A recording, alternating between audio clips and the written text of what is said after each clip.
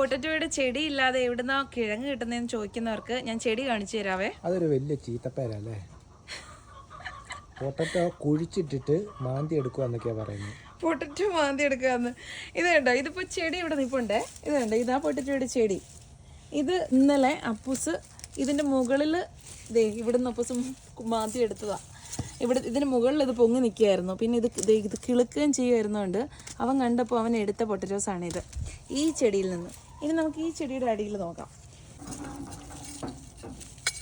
അത്ര ഉണ്ടായിരുന്നല്ലോ. ഇതേ നമ്മുടെ ഉള്ളി. അതെ, ഇത് കണ്ടോ, ഇത് അമ്മയുമായുള്ള ബന്ധം. ഇപ്പോൾ ഈ ബന്ധമുണ്ടോ? ഇപ്പോൾ ഈ ചെടി ഇത്രയും പച്ചക്കളർ ഉള്ളത് കൊണ്ട് ഈ ബന്ധമുണ്ട്. ഇതെന്തായാലും ഞാൻ എടുക്കുക, കാരണം ഇത് കിളുത്ത് വന്നു. അപ്പോൾ പിന്നെ ഇനി നമുക്കിത് യൂസ് ചെയ്യാൻ കൊള്ളത്തില്ല. ഇതൊക്കെ നമുക്ക് നട്ട് വയ്ക്കാനായിട്ട് എടുക്കാം. കണ്ടോ, ഇവിടെ ഇനിയും ഇത് കഴിഞ്ഞ വർഷം കിടന്ന് ഉണ്ടായത്. ഇത് കണ്ടോ, ഇത് ആക്ച്വലി അത് വിട്ട് കിടക്കുക, ഇതിനകത്ത് വേറൊന്നും ഇല്ല.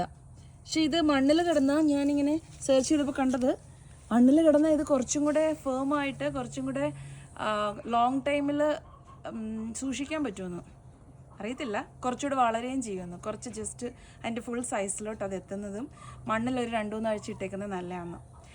ഇത് കണ്ടോ, ഇത് ഞാൻ നടാൻ വേണ്ടിയിട്ട് എടുത്തു വെച്ച കുറച്ച് കിളിപ്പുകളാണ്. അപ്പോൾ ഈ ഭാഗത്താണ് ഈ ചെടി നിൽക്കുന്നത്. ഇനിയിപ്പോൾ ഞാൻ കുറേ നാൾ കഴിഞ്ഞിട്ടായിരിക്കും ഇവിടെ നിന്ന് പൊട്ടറ്റോസ് എടുക്കുന്നത്. അപ്പം നിങ്ങൾ പറയരുത് ഞാനിതിവിടെ കുഴിച്ചിട്ടിട്ട് എടുക്കുക എന്ന്.